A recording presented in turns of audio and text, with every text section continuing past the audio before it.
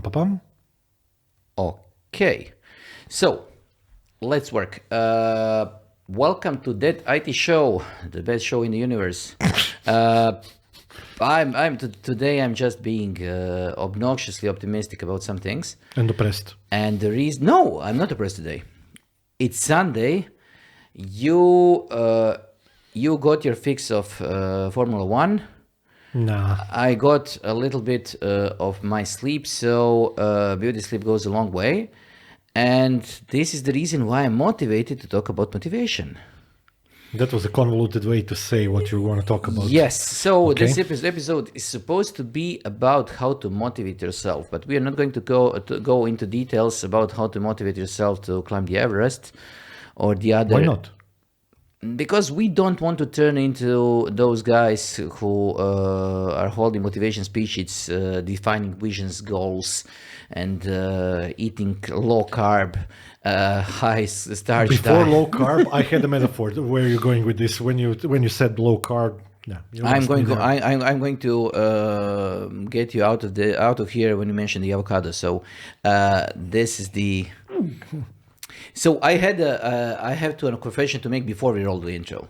I had a lecture yesterday, and I needed to explain to our younger students what do I mean when people are making statements that are way over the head.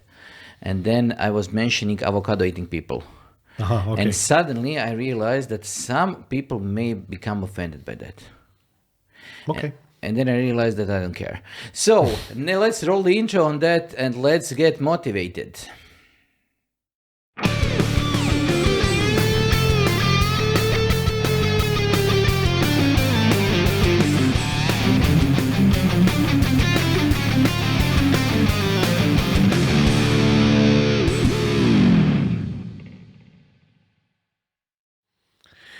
What are we getting motivated for?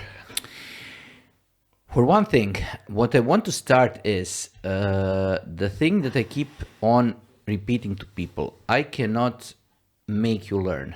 I can motivate you to start learning. Okay. And I cannot motivate you to finish learning. I can just motivate you to start. And this is one of those things that are so incomprehensible to young people for some reason or the other. And they were incomprehensible to me when I was younger. So I think we should be trying to explain to people what is the biggest problem with motivation and how to motivate yourself. Are we talking about IT or something else? We are basically trying to explain what motivates us for some things. Why are we as people who are 2/3 there starting Speak about yourself. Starting podcast? You are 2/3 there, but it depends on how you plan to spend your last third of the life. So. That's motivation. Thank you for that incredible vote. Yes, that's vote of confidence. That's what it is. But what I want to say, is that what we need to try to establish is how to motivate yourself to do something that is completely outside of what you would normally do. Comfort zone? Yes. No, not only comfort zone. For example, neither you or I had any idea that we are going to do a podcast or be on YouTube. Okay. And then we decided to do it. Yes. And for some reason, it isn't going too bad. And this is one of those things. That's one of his optimistic statements, by the way. Yes, because I want to say is that my main motivation for talking about motivation is to try to explain what I had a small discussion with the students yesterday. And I was trying to explain to them that some of the things that we do are motivated by trying to do things. Some things that we do are motivated by money. And some things that we do are just motivated by pure excitement and curiosity of seeing, can you do this thing? For example, when I was just going to give you two examples. I finished my my driving lessons for the motorbike. And my initial plan was to go and have the driving lessons I was planning on driving a scooter. The scooter was supposed to be the bigger one. So there are 3 classes of motorbike licenses you can get. And then suddenly I found myself learning for the biggest, so unlimited driving license. And the reason it was just curiosity. I never planned on driving a big bike. I just wanted to see, okay, now that I can do it, why not try it? So this was some sort of a motivation, because I started when I came into the driving school, the idea was to just get the license and get it over with. Can I do something that you did to me 7 or 8 or 10 episodes ago when we were talking about Apple's mobile lineup? At the beginning of the episode, you said the lowest spec M1, we're done. Can I do that? Yes. And I can offer the conclusion to our discussion, then we can disseminate that into many different pieces, because I think you're going to like this. So let's do a short. Yeah, no, that's not going to be a short. Sorry. What you're describing in motivational theory is called flow theory. This is what both you and I know very intimately and very well, but don't know the name of it, perhaps. Okay. Doesn't really matter. The idea of the flow theory is that you get yourself to a state where you're just motivated to do something, completely mute the time, and just do it. That's how we started in IT, both of us. We were very interested in something, let's say computers. Then when we got to our first college, we were very interested in, for example, Unix and Linux. And then we spent in different means and different guises hundreds and thousands of hours learning about that without even noticing that hundreds or thousands of hours have passed. Yes. That's our basic way of learning. At the same time, that's exactly the opposite to what most young people nowadays do. But I think that the biggest... Done. Let's go. Next episode. No, but I'm not completely on your side with this. Of course you're not. Because what you said is the result of motivation. So when you are able to motivate yourself to spend thousands of hours doing something, you are already... Our motivator was curiosity. Yes, always okay. has been, and That's everything better. else will be. That's better. Yeah, but that's the end result. Yes, but the end result was doing something and becoming great at it. But the idea is to try to explain It was not to get great at it. No. The idea is to as I said, I cannot motivate you to finish the job. I can motivate you to start the job. So the idea is to try to explain what motivated us to start. Curiosity. Which is called intrinsic motivation. Yes, okay. And now money, sometimes. That's mostly you have intrinsic motivation and extrinsic, like internal, external. That's one of the strongest external motivators. It's a good one. I mean, No, I'm just thinking about what happened is who died that you became a behavioral psychologist. But then, I like reading about these things. So you're dabbling in psychology, okay? Yes, as you know, and we had many discussions about it. But no, actually, that's No. I'm just now. This is my surprise face. No, yeah, okay. A fake one, by the way.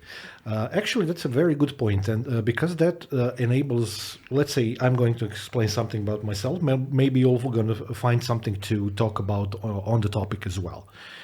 Because of the nature of the work that we do, because we do work with students, with young people mostly, and there are people who are more, let's say, mature, sometimes even 40 years old, depending on the group.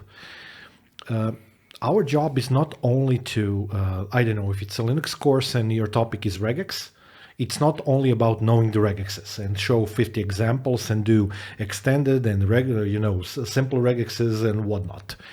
Our job is much more subtle than that. And with time, it has become even more subtle. Because in the past, I remember how I used to do this 15 years ago, close to 20 years ago when I started with the Red Hat classes, for example. I was just able to go through the course material, give the people the information that they needed. They would just go away, crunch the regexes as an example in their heads, come back after the coffee break or a longer break, and then start cracking on the labs. This is not so anymore. And our work involves a hell of a lot more small bits and pieces of information, managing the students in a different way, trying to motivate them, etc. We didn't used to have to do that in this way. That's the first thing. Because of that thing, Now I'm talking about myself. I became very interested in some of the behavior psychology, sociology, some humanistic stuff, which I'm really not in tune for. I'm not meant for that by any means. I can attest to that. No, you can't. Yes, I can attest to that. Okay, Based on previous experience. Yeah, and he calls me a good boss, by the way. Being a good boss means that you are able to motivate people around you. Yes. But the way you motivate people around you is, can be called controversial sometimes. Of course. And it's one of those Always. things, and this is the reason why I wanted to talk to you about motivation. Yeah, actually, I just wanted to explain to you what brought me to this situation in which I'm talking about some principles of basically behavioral psychology, because I like reading about these things, and this has been happening to me for many years now. It's not a new phenomenon. Okay, you want to go away. It's called curiosity. Okay, it's a good thing. It is because it's a good thing. I'm curious about the things that can help me, by extension, sometimes you as well, because we do similar things, get better at our job. That's what motivates me now, because both you and I, we don't have as much time as we used to have because of other obligations and family and whatnot. So the flow theory theorem that we were discussing previously, we cannot spend infinite amount of time doing something anymore. It's very difficult to find the space and the time for that because we are quite busy as well. So for me, it's about trying to maintain the levels, and then if I can, whatever the information is there, is it on the humanistic side of the science, is it on the technology, on IT, on cloud, on storage, whatever it is, I'm all for it. I want to read about it. I want to know it. And you know that I am more than inclined to be completely random about the stuff that I watch Read on on YouTube. Twitter. No, read on Twitter or watch on YouTube, but at the same time that I tend to then reuse this information and try to understand the motivation and the results. And this is one of those things because, for example, let's talk about NPC characters on Twitter or on Twitch. He's a specialty. That's his specialty. No, I'm going to talk about NPC characters. You know what I'm talking about. And people are either making fun of them or not understanding them. Okay. And what I wanted to say about those things is that I'm not puzzled by them at all. Their main motivation is money. This money comes in huge amounts because people who are prepared to do this are right now few and far between. Okay. And I completely understand the motivation behind this. And I understand why the NPC characters exist. I understand what is the idea behind it. And what I want to say is that I'm more or less in awe of those people because they're completely capable of switching to a persona that is, I wouldn't call it stupid, but that is so simplistic that nobody understands what's the Let's say below their possible intellectual level. Way below their possible I don't intellectual care. level. Below, but I it's think enough. that this is the intellectual level of somebody who is able to resume a persona of somebody who he really is. And so it requires a lot of intelligence. Because you need to be People used to call that acting, by the way. Yes, so you need a lot of intelligence to be able to be a good actor, and you need to have a method and so on and so on. But the idea is that once they are motivated to do this, they're good, and they also require some practice. They require some thinking about what they're going to do, and in the end, the end result is that they're making an enormous amount of money. Mm-hmm. It may look stupid. I'm sorry to say, to me it does. Yes, but it may look stupid because the process itself and the idea of giving money to somebody to just reiterate the same action again and again is... Eat virtual fruit and stuff. Yes, it's the same as with all different things that people are paying for. Mm-hmm. Gambling, you could call it stupid. It's an addiction. It is. Yes, but you can call it stupid, but some people are paying for it. Yeah. And some people are good at making other people pay for it. I used to be one of those people, by the way. Porn, the same thing. Same thing, yeah. OnlyFans. Same thing. Twitch streams for gamers. So basically... Too much YouTube, whatever. Yes, too much YouTube, but you can always overdo anything that is even remotely good for you, and then make it bad. What I want to find out is how people who are behind it are motivated. How do they deal with the consequence of being considered stupid on the internet? Because nobody is going to say this is an intelligent person. They're going to say, why are they humiliating themselves? Okay, the reason is usually $6,000 to $10,000 per stream. So you can call it a good motivation. But a lot of people don't understand what it actually means. What it actually means to be an NPC Twitch streamer. And this is one of those things which, when you go behind it, you suddenly realized that you may like it, you may not like it, but it has a whole thing around it, and it makes sense or it doesn't make sense to do it. But some people get motivated by it, and they motivate other people to spend money on it. That's all good. Can I just interject with something?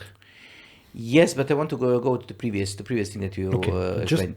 I just want to explain something that I just said. Yes. Just to keep to put it at rest, and we don't have to discuss it anymore. Or you can, if you want to hammer, my head down the sand, pound it a little bit more. The reason why I said again subjective that I find the NPC thing to be stupid is obviously primarily because the intellectual reason, which I already described, but it's a larger logic that I think both you and I have in life. You're just much more tolerant towards it, which is I think your net positive side, unlike me, because I kind of exclude myself from that, and then there are certain experiences that I don't get there. But here is the point: the reason why I say that is stupid is because, as always, and as I said many times to you, and I think I said it in one of the podcast episodes as well, very recently, people choose their profession and the things that they do in accordance to a very simple equation: get the most out of investing the least. That is in our DNA, okay? For a vast majority of the people, we're talking Gauss now, okay? And for me, I think that is less than enough challenging for people who want to work, like both you and me.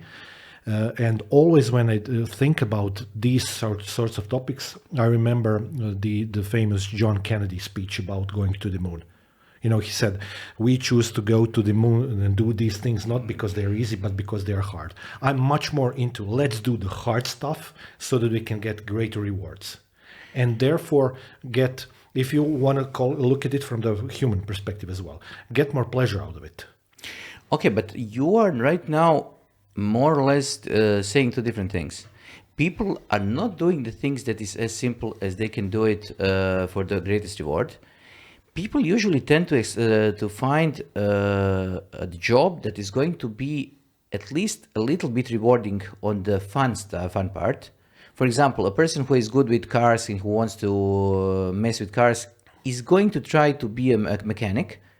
And then if they are really good at it, they're going to actually make a lot of money.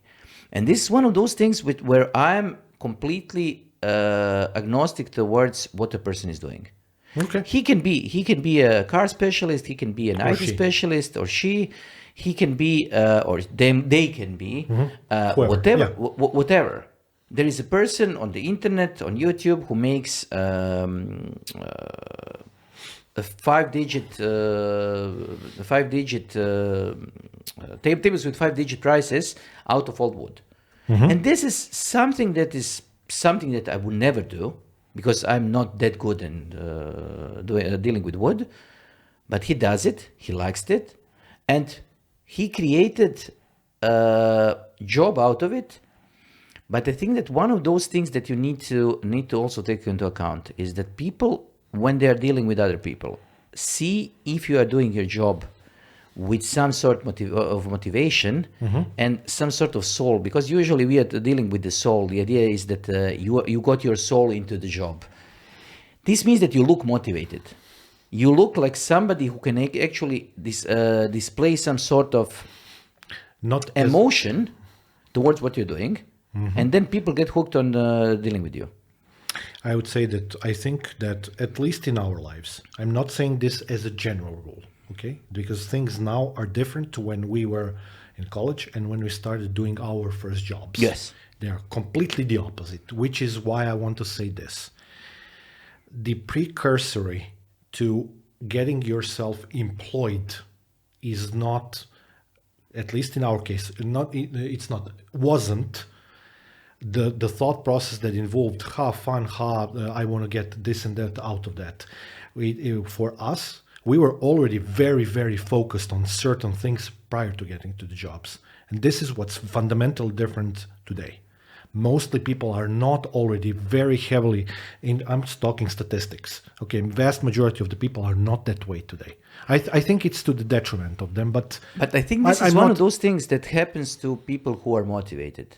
No, I think it's not. It's just the economy of scale. Life now is way easier than what it used to be, and that's the result of that. Okay, people have much more choices, and that's not necessarily good. And I can give you a metaphor for this that perfectly explains this in my life. So I'm going to be super self-deprecating now. If I didn't have as many guitars and as many synthesizers at home as I do, I would have finished my first album 10 years ago. That's normal. No, that's for me, and I'm talking about myself now. That's being stupid. Yes, but your motivation was not to finish the album. Your motivation was to play. You're wrong. No, your motivation was to play. No, my motivation was to do it as well as possible. As well as possible. So basically, what you wanted to do is you wanted to play. Yes. You wanted to try. I wanted to things. flow theory again. You wanted to try different things, different guitars, different sounds, different ways of doing things, and this is normal. Because your first motivation wasn't the album. Your first motivation was doing the job as good as possible, and then when you come to a point when you are happy with yourself, then create an album. And again, when I go back all the way to the beginning, when I just had one synthesizer, fresh out of secondary musical school, my dad bought me a really, really expensive and awesome synthesizer. Back then, I was way more productive at it. I could have pumped out a couple of songs a day, record them, no problem. Today, yes, but you wanted to be as proficient as possible before you do an album. Yeah, and that's why I went to primary and secondary musical school. My point exactly. Yes, but then you were not happy with yourself. And this is one of those things because you got motivated to do better. That's good. And that's intrinsic. But that's intrinsic to you and me both. And then you need, but it's the same as with every person. It's not. The biggest problem people have is doing something for the first time, because they are never going to finish fear of failure. It may be fear of failure, but it could also be that they think that what they did is not the best that they can do. So they don't think that they're going to fail. They think that they didn't do the good job, so they should be retrying it ad infinitum. Basically, head wall. When you were writing your first texts, were you happy with those and just send them to the editor and said, okay, this is it? Yes and no. Mostly no, of course. And this is the thing. You need to realize when to stop, when the thing is done enough for the people who are going to consume your results. So this is one of those things that you learn. But your motivation is not creating the text. Your motivation is creating the text this is the best that you can do. And this is one of those things that is just intrinsic to everybody when they do it the first time. The problem is that after 100 repetitions, 200 repetitions, a couple of tens of megabytes of text, because we are talking megabytes usually, because we are people, you tend to understand when enough is enough. You tend to be able to, say, this is finished, I'm going to just send it. And this is one of those things that you learn. My problem with your theory is that although I'm not a cynic and I'm not a nihilist at all, you put way too much trust in people and you have way too many faith in the ability of people to do the job and basically to enact change in their life. We are doing either the job or something that they want to do or whatnot, which is not what happens. No, I have another problem. Which is? I have faith that some people are going to be able to do it. Me too. And then I have this character flaw that those people who are unable to do it, I just completely ignore them. And That's not a character flaw. That's with years. I think that's wisdom. I agree. I understand what you want to this, say. On an absolute scale, that might be a or you negative could call side. it, nihilism or cynicism. No, it's not. And this is one of those things that happens when you realize that you cannot help all the people. Exactly correct, because that is actually, while we're on this topic of that, and while you mentioned the behavioral psychology, do you know why people do that? Why people let go of other people, because they realize that they cannot help everybody. You know what the function of that is, or what is that a function of? Believe it or not, it's a function of ego. Okay, yes, okay. Because you have to understand, with years comes wisdom, whatnot. You just cannot help everybody. You need to select a group of your crew, who you want to, base your life around. You want to help. You want to, share experiences with and whatnot. Which is one of the most difficult things to go through as you are getting into more adulthood. Let's say, in a way, as that gets you motivated towards quality. Okay, but it also motivates me to find people who are like doing what I'm right now interested in. So, for example, in my life, I have a few different things that to do. But exactly my point. It took you 2 decades to get to that level. Okay, it took me probably a decade, because I started doing this a decade ago. I understood that... but you had a decade of learning before that. Yes, as okay, well. okay. But that's exactly my point. And the other thing is that as soon as you realize that people basically don't think about you and don't know who you are, correct, unless you are just in their face with your work. Yes, you're just liberated by that. Not only you're liberated, but you also tend to motivate yourself in a different way. And this is one of those good things. Yes, it's exactly that. Very positive thing, because it liberates you to become better and better and better without hesitation. Yes, but you are now pulling me into a tangent that I don't want to be in. I want to... Why not? Because I want to make another point. Go ahead. I want to ask you how do we deal with stuff that you don't want to do? Are you asking this because you want to know, or you know that I'm kind of good at that? Kind of. I need to know. No. I know that you are good at this. No, I'm but kind I of also know. But I also know that your method of making yourself do stuff that you don't want to do could be considered old-fashioned. Yes. Or conservative. Yes. And I want to just get it out, because I want to spell it out for people who don't understand what it is, because it needs to be said. Yeah. Okay. For me, if I don't want to do something, I'm going to try to find any way possible. Yeah. No, not the excuses. Any way possible to avoid the job. Yes, because, as much as possible. Because I'm not going to avoid the stuff that I have to do. For example, paying taxes. Mm-hmm. I hate it, but there is no avoiding it. Mm-hmm. So I'm going to do it. But if there is a job that I can avoid, and if I can see a promille of possibility that I can avoid it, I'm going to do whatever is possible to avoid it. Exactly why I said, because people want to do as less as possible and get as much as possible. So you being not people but robot, no. Let's talk about your idea. My intrinsic drive to do this is based on the way in which I was brought up. And I'm not talking about the post-college years, I'm talking about before that. As you very well know, I was very much into sports. I did 10 years of gymnastics, I did 5 years of tennis, I went to primary, secondary musical school. And that kind of instills a different sort of both psychology into you, if you want to be good at it, of course. And it also instills a different kind of what I find the word and the thing that is so seriously lacking today, which is how should I call this? Discipline. I was the trainers that I had, the teachers that I had, were able to discipline me, to focus me in the right direction of whatever the topic was. Was it gymnastics? Was it tennis? Was it music? It took me many years to understand that, and I'm super appreciative of that. As a result of that, when I got to college, first thing that happened to me was I fell off a cliff because I was bored. Then I signed into another college, which I went all the way through and almost finished. The only thing in my life that I didn't. Then I returned to the original college and just went through it. Now here is the answer to your question. This is a description of my method. In that complete timeline, which lasted up after secondary school, which lasted for 7.5 years, I went from being at the top to going to the bottom to returning to something which was way below top. But what I learned is because of the way in which our college works, you just have to be able to consume enormous amount of pages, enormous amount of information, formulas, this and that. There was no other way. I'm sure you remember that. That actually, as an algorithm, led me to the algorithm today, which is as follows. Do the hard stuff first.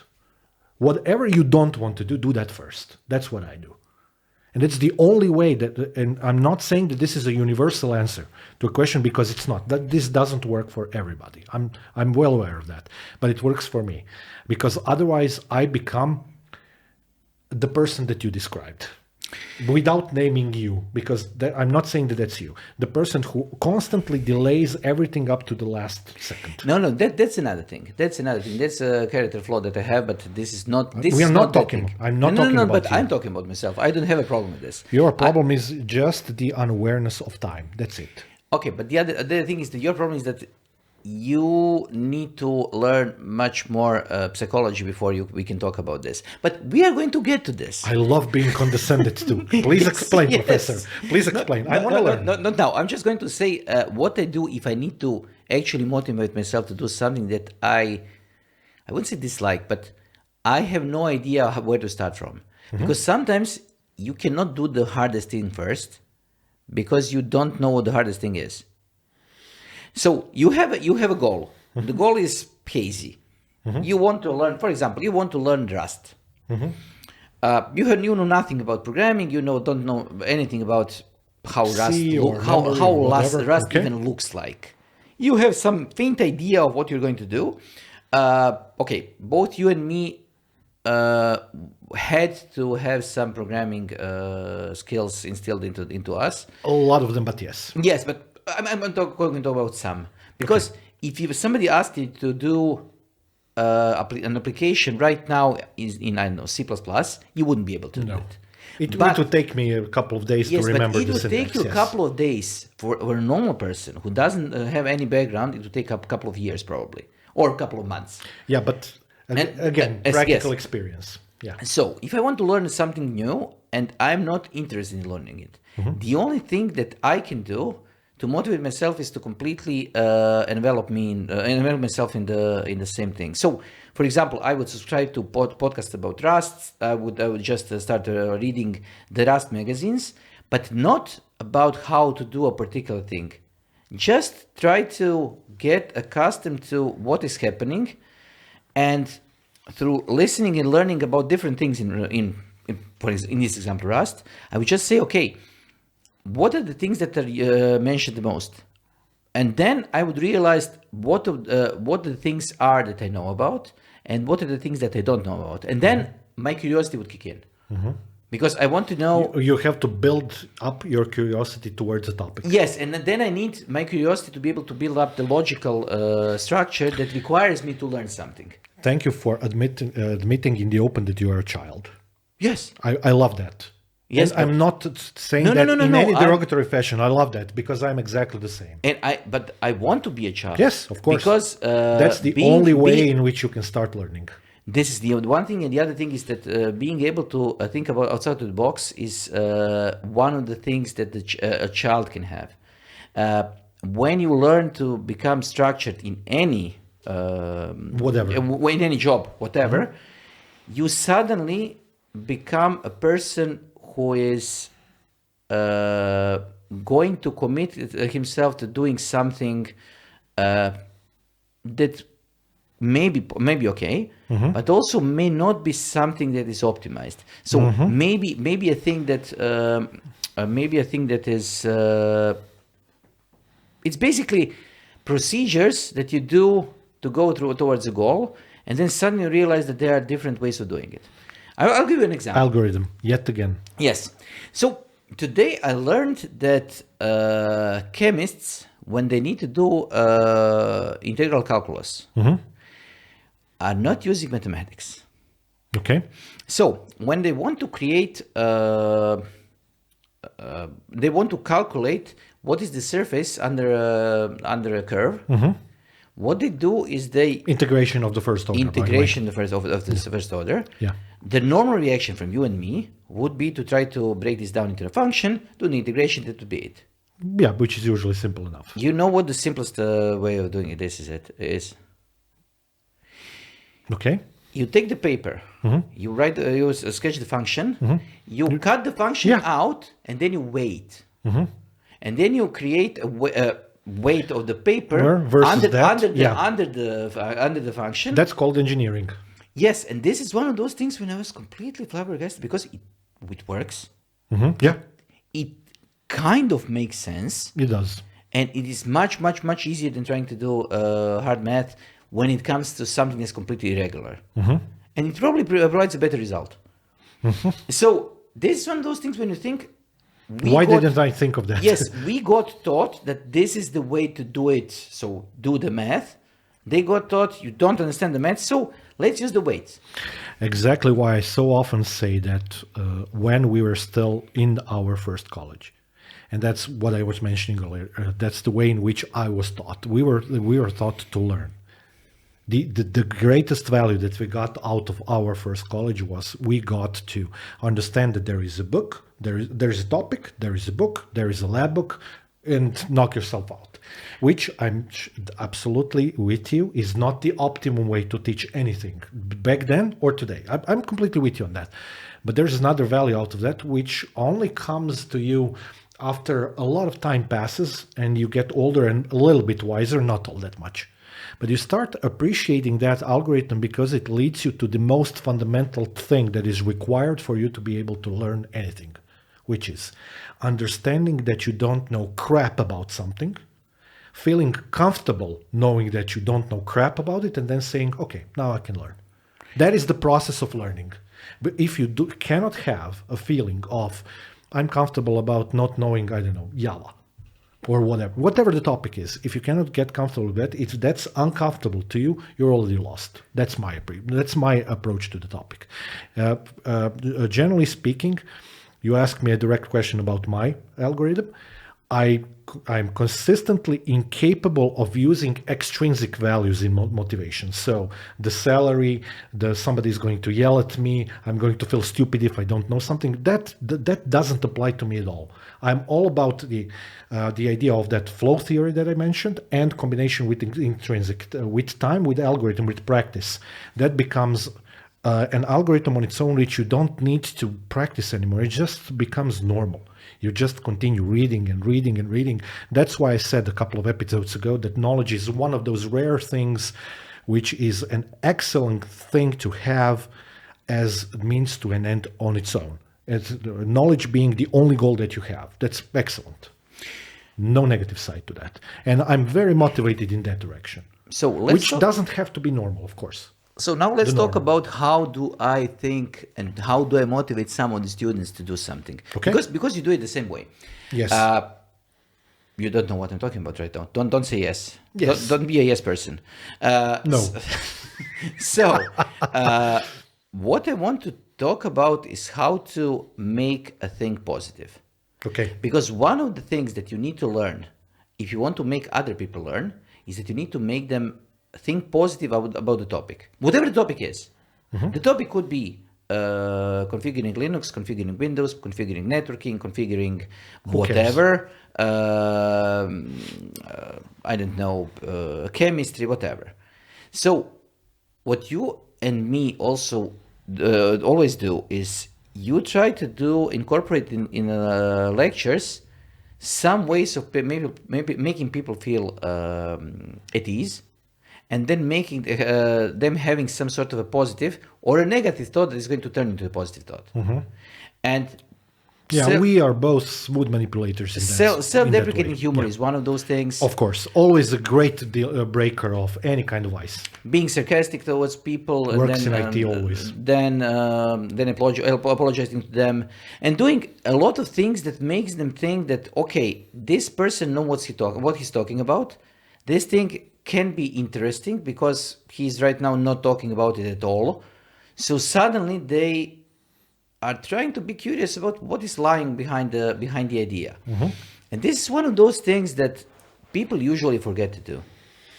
Actually, I would combine this with another thing that was super annoying when we were back in college that people didn't do. And I'm sure you are probably going to mention this, but before I forget, telling people when you get to the lecture, when you talk with people, when you're trying to teach them something, or of course, the reversal should be exactly the same.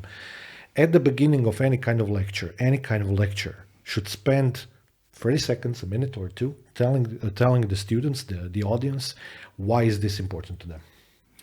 That's the part of the motivation that you're talking about. Yes, we never got that. We never got that. That is the first thing. So and we learned that we need to do it. Yes, and the other thing was that we never got acknowledgement that we even existed. And this is one of the biggest problems that we had with ex-cathedra professors. I have no problem with that now. And I had a lot of problems with it. But I have a big problem with that now. And what I learned is that I then try to completely disrupt this way of communication. So when I get an ex-cathedra talk, I'm going to give it a... He loved drawing his toys out of the prom. Yes. So what I usually do is I give the lecture 15 minutes or so to try to establish some sort of communication with the public. And if he doesn't do that, I'm just going to interject. And then I'm going to ask questions. And I'm going to make him talk to me. Talk to me. Make them talk to me, the professor. Whatever the professor is. And then I'm going to make other people feel comfortable asking questions. So I need to break not his will to communicate, but the people who are around me to make them motivated to talk to him so that he doesn't seem like a professor, so that I can just get the communication up and running. And this is one of those things that people in the older universities hate extremely with gusto. Yes, but I now, 20 years after I finished my first part of college education, I understand why. I know, because it can turn into a very complex communication problem, because suddenly you don't have control over the classroom. And the numbers are stacked 100 and more times against you. Yes, but I don't want to have a professor who is unable to do it. Yeah, well, this is one of those if you want things. to spend some time on our previous college, where I'm doing the PhD now, I would very much welcome you there. And if you manage to have a group of 100 students at ease with your approach, you are a very good teacher. This is the thing. That's an art. That's not teaching. That's art. Yes, but this is the difference between a good professor and a great professor. Because a good professor can provide you with enough information about the thing that you're trying to learn. A great professor can motivate you to understand this information. I always tell my students, and you were a witness to this many, many times over the years, I always tell them that it's my job to get them to the door. Yes. And it's their job to open the door. Everything else in between is explained by the metaphor. But I'm going to be even more blunt with them and say my job is to get you to the door and open the door. I'm not going to kick you in. So you need to decide to jump. And this is... I have to kick him in sometimes.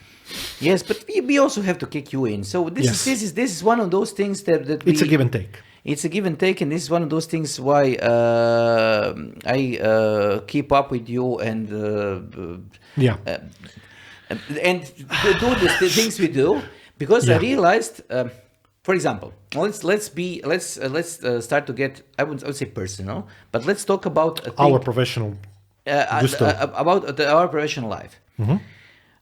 We did a book. We did the lectures. Yes. We did the certifications. Yes. We are now doing the podcast. Yes. What next? A movie? No. Series? No, only radio show would do for me. I used to dream about being a radio host when I was way, way younger. And that comes with the era that we were brought up Yes, in, but we and have a problem some there. of the TV shows that I used to watch. And I know you know this because I told you this. Yes, but you also know that I put up a few radio stations, so I don't have a problem with this. But Yes, not gonna there happen, is a by the way. there is a big problem with this. Yeah. And the big problem is that there is no way to do a radio show today. Yes. That is going to be interesting because people like lighter notes. Yes, I know. So they We will be boring their heads off. yes, and this Yeah, is one of those. that's why I said it's not going to happen. I'm aware of that. I'm just reminiscing of, let's say, a childhood dream that I had while I was watching Midnight Caller. To name the show. I'm just going if to- you I'm- want to understand why, watch the show, and you'll definitely understand why. Now I'm going to be a little bit condescending about a person who was working still in Zagreb, here in Zagreb. He was a PR guy in the tram company, Okay. and Oh, I know who you're talking about. yes, and his biggest goal was to become the radio show host. Sorry, and what he actually did is one of those things that are still amazing to me. Okay. He created a radio station for the trams. Do you remember that That's spectacularly cool. for a couple of weeks, he created a radio show for the trams. Mm-hmm. This was played inside the trams. And you know what the biggest thing is? No. Your audience cannot get out. Mm-hmm. They're They're stuck there. They have to listen to you. So this is one way to deal with the audience. Maybe not. So you just cram them, that's just funny. you just cram them into trams, and then Don't let them out. you make them listen Forced, to you. yeah, that's going to work, sure. And this is one of those things. But what I wanted to say is the motivation that we are dealing with here is that we are motivated by let's try something, and sometimes it's you know the face when we're talking about with the person from the Red Hat. We're not going to say who we were talking with. When we said that we want to try installing OpenStack and OpenShift out of curiosity. Mm-hmm. And the face that said, why would somebody out of curiosity install something like this? And then The answer is because. because it exists. Because. Because. It's as I was mentioning, George Mallory quote, because it's there. Yes, can I integrate something that shouldn't be integrated into something that shouldn't work? If we haven't used that approach when we were way younger, we wouldn't know 1/50th of what we know now. Yes, and the other thing is that since today server hardware is cheap, you just We can buy afford it, yeah. Yes, and you just buy it because it's there and you want to see how it works. Yeah, sure. It's fun. And you know that I gave a couple of old servers to students randomly, simply because I didn't want to Take throw out them the away. trash. That's what we did. Yes, I didn't want to throw them away, but they were very happy with those because they got to see how a real server works without investing any money in it. Just what we did last week with Yes. our students, because I created a fake project for our students in our server room to redo the whole cabling, to move stuff around a little bit so that we can level the power load in the racks and whatnot. The reasoning behind it was real, but the project was completely fake. I just wanted them to, for the selected few, I wanted them to see what is it like to work in a server room with certain responsibilities, with certain tasks to do, to learn a little bit about design, about the process of working with people who have different opinions and what to do. It was great. Excellent experience for me. I think it was just as good for them.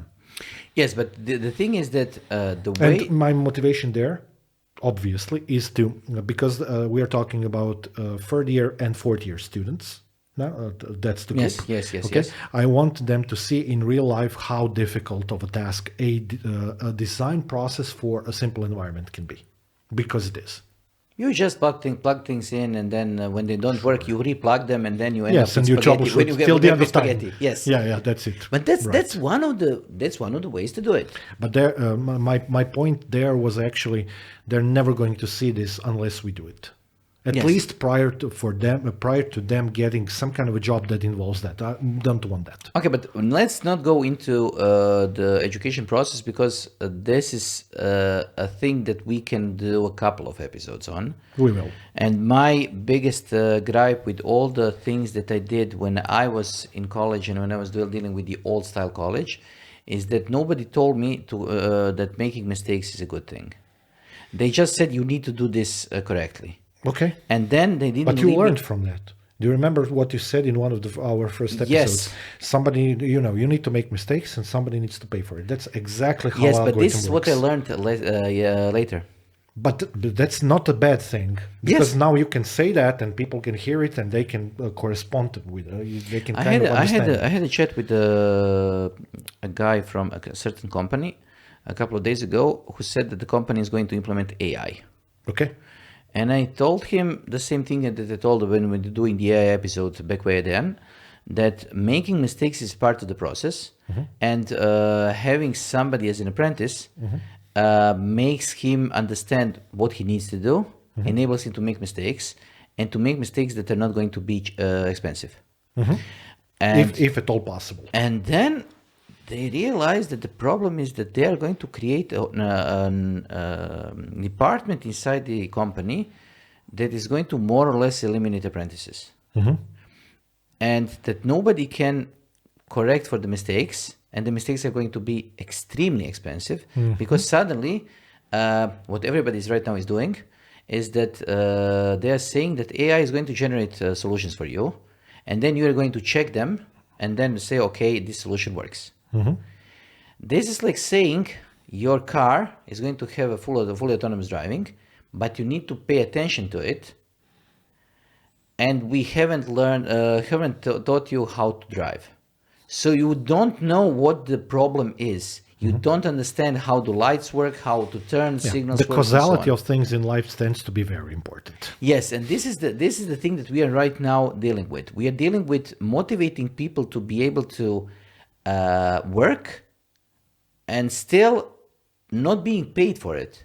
Because if they want to become a good DevOps guy, good dev guy, whatever, good guy, they're going to be doing a lot more trial and error learning without being involved in a real company, because real companies are going to be using solutions that are going to be basically getting them out until they reach a certain level of knowledge. So it is going to become more complicated to become good at something.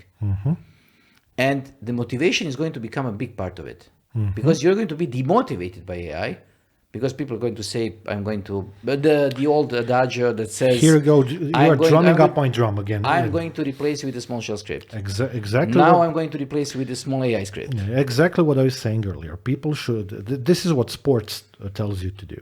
As I was describing, sports teaches you to invest time into becoming good at something, learn to play by the book, because there is a book. And then if you're not good enough, to congratulate somebody that's better than you and to aspire to be good as that person.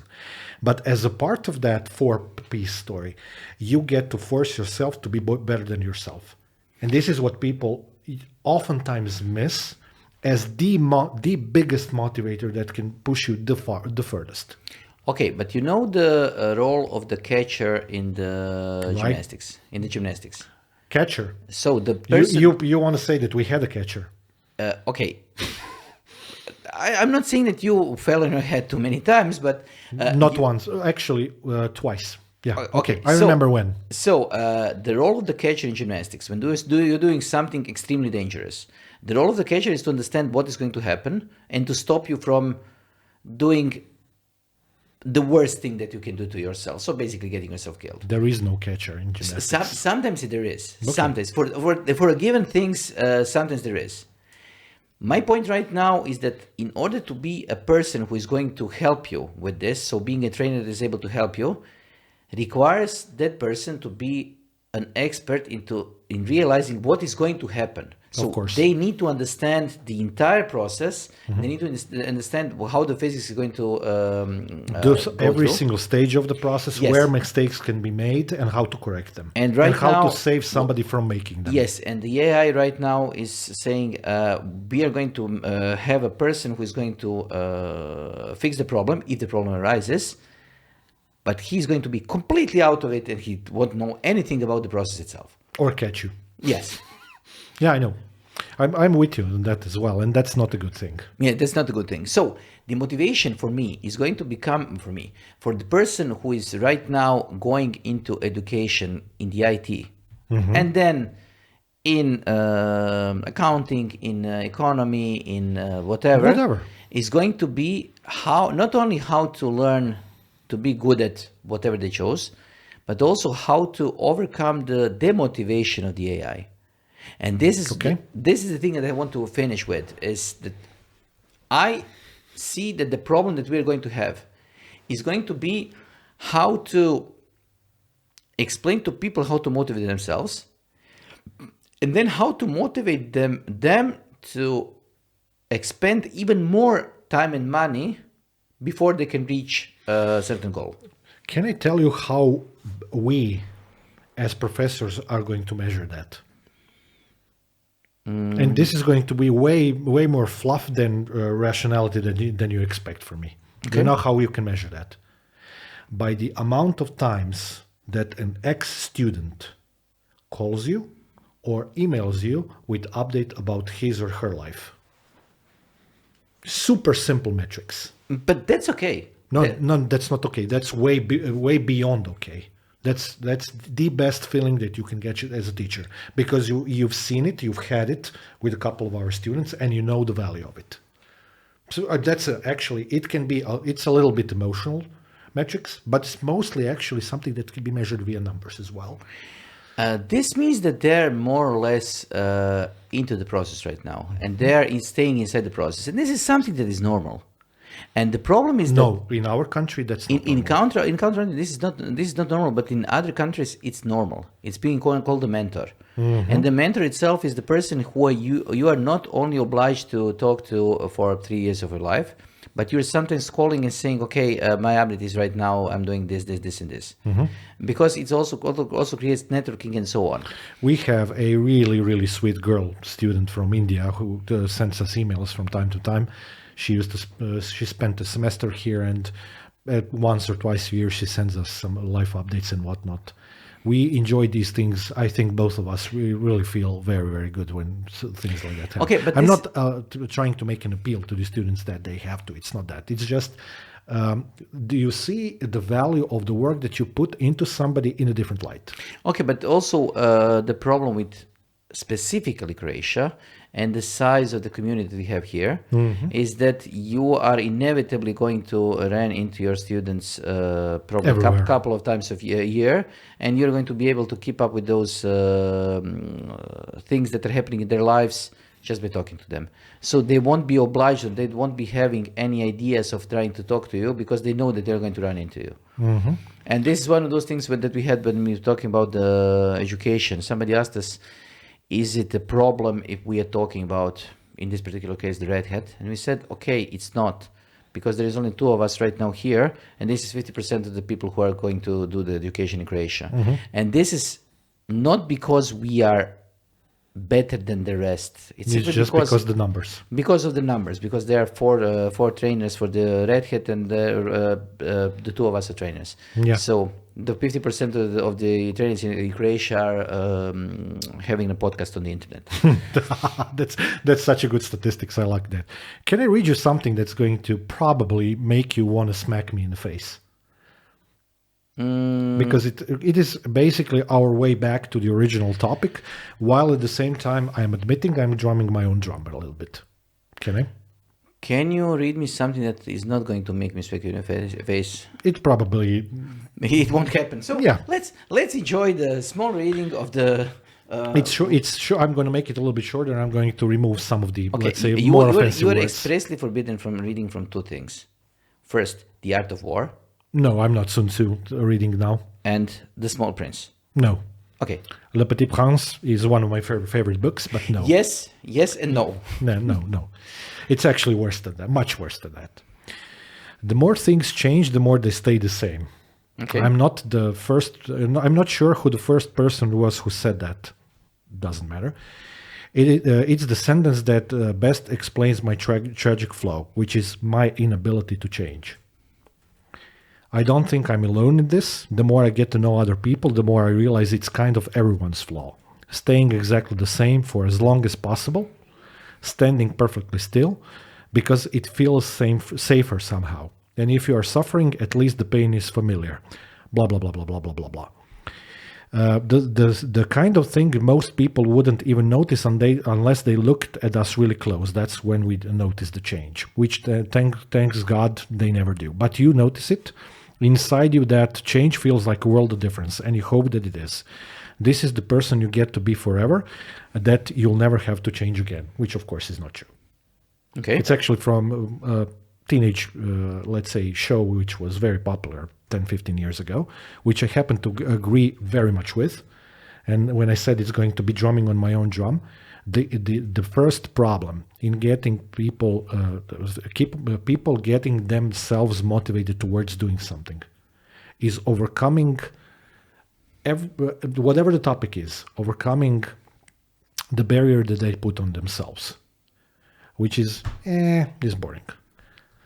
Because there's very little things in life are boring. Doesn't really matter what the topic is. Further to the point, today, in the morning, my partner and I had coffee, and I accidentally bumped into a friend of mine from high school. We used to sit one desk across together, so we spent 3 years in close proximity.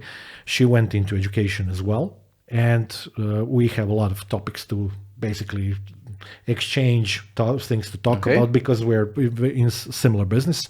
She does the primary school, I think, and things that we remembered and whatnot.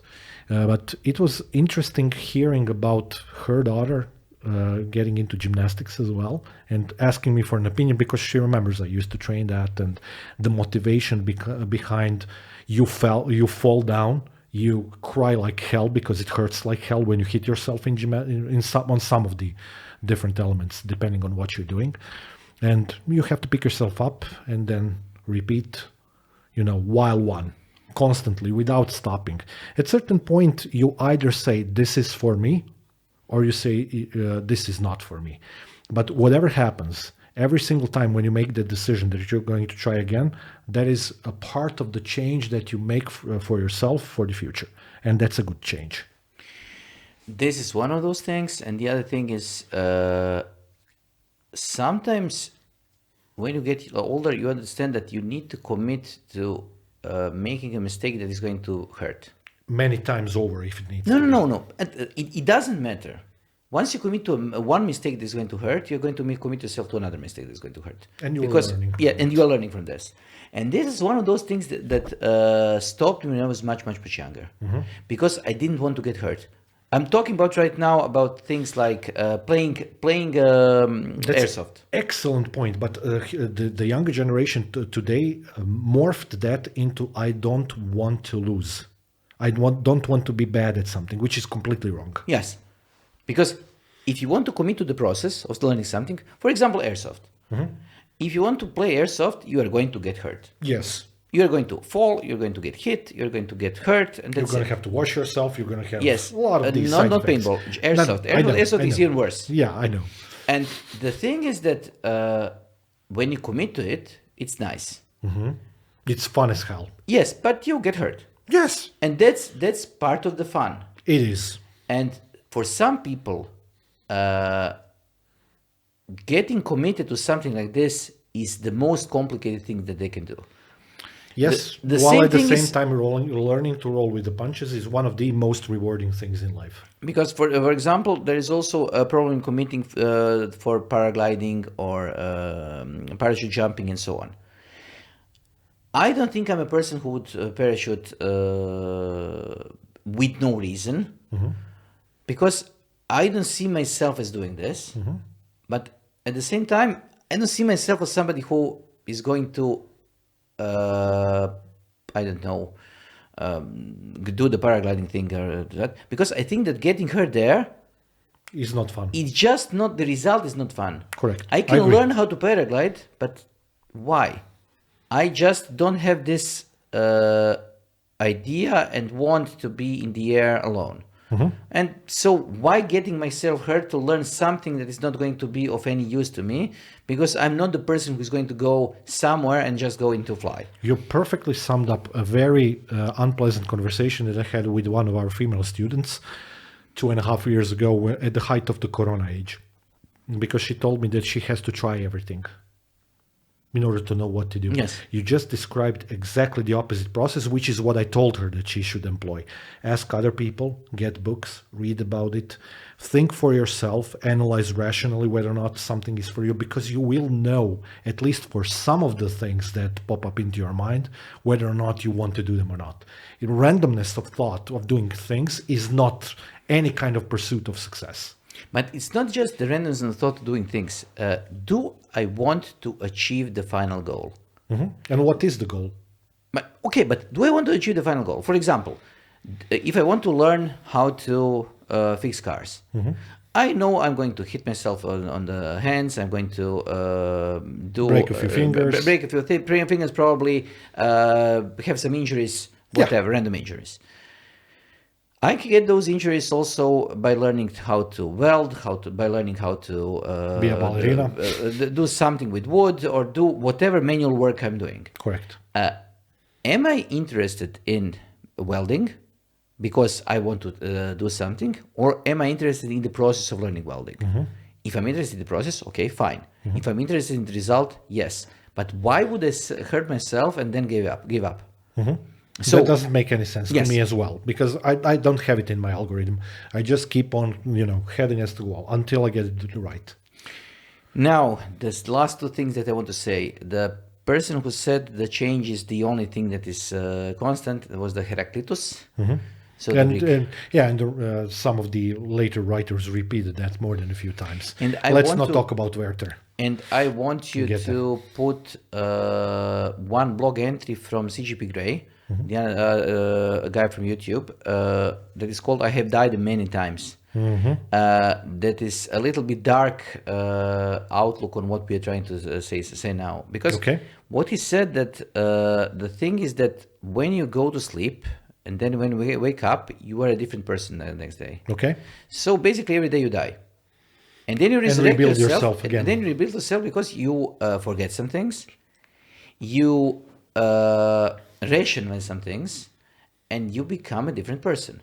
If you think about things, yes. Yes. So the person that was here 10 years ago is not you. Correct. And this is the point that he was trying to make. He was trying to make that... I like the phoenix nature of that very much. He's more like he's comparing to ship of Theseus. So the ship that gets its part replaced. So when the ship is the same ship that came from the shipyard, but the idea is that every day you rebuild yourself. Yes. Yeah, I agree. And the idea is to motivate yourself to do something every day, even though you can rebuild yourself from scratch, basically. That's perfectly reasonable. That's what you do whole life long, and you should accept that. The biggest sentence that I wanted to hear for the end of this episode. Thank you for being with us. I'm Yasmin. This is Vedran. This has been That IT Show, and we went into pseudo-psychology of trying to motivate yourself. And I think that we did some things that you are going to comment down below or left or right, share, subscribe, wherever the comments are right now on the version of YouTube that you're looking at. Yeah. Anyway, like, share, subscribe, comment. Thank you. Press the bell. Bye. Bye.